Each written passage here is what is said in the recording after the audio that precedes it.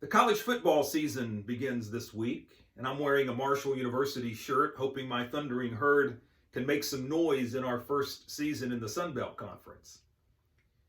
Well, I have a football-related story to kick off the season, and as for the application, I'll leave it to you to make that at the end, but I will give you a hint. It has to do with motivation. With a 6-0 record midway through the 1957 football season, Texas A&M was ranked number 1 in the country. Yes, you heard that correctly. Texas A&M was ranked number 1. Now, for the record, in the 65 years since then, the Aggies have not spent a single week in the number 1 spot. But for a little while, for just a few weeks during the 1957 season, A&M was considered to be the best team in the country. Hey, there was even talk of a national championship possibly coming to College Station that year. Texas A&M was coached by the legendary Paul Bear Bryant, who the very next year would head to Tuscaloosa to begin his incredible 25-year run with the Crimson Tide, where he would win 6 national championships. On the field, A&M had Heisman Trophy running back John Crow, as well as noted players like Gene Stallings and Jack Pardee. Well, on November the 2nd, the number 1 ranked Aggies would travel to Fayetteville, Arkansas to take on the number 11 Razorbacks. Late in the game, Texas A&M was clinging to a 7-6 lead and driving, hoping for a second touchdown, which potentially could put the game away. Coach Bryant sent a substitute into the game to give a message to quarterback Roddy Osborne. The message was simply, don't throw the ball. Run it, milk the clock, but don't put the ball in the air.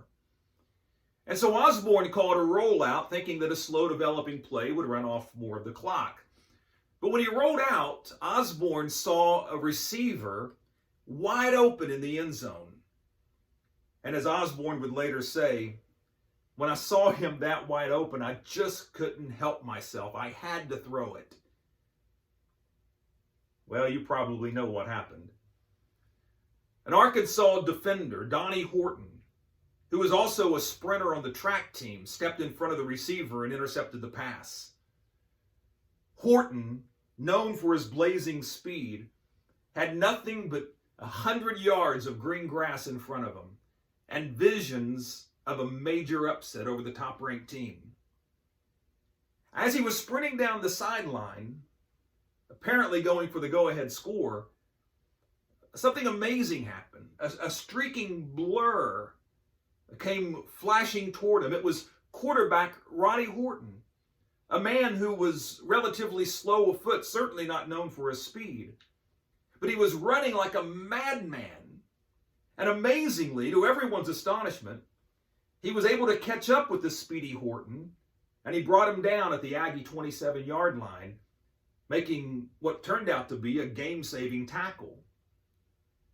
Because Arkansas then was unable to score, and Texas A&M continued undefeated, stretching the record to 7-0, hanging on for a 7-6 victory. Well, following the game, reporters gathered around Coach Bryant in the A&M locker room, and they asked him, how in the world was your quarterback, not known for his speed at all, how was he able to run down the speedy Donnie Horton? And Coach Bear Bryant answered as only he could.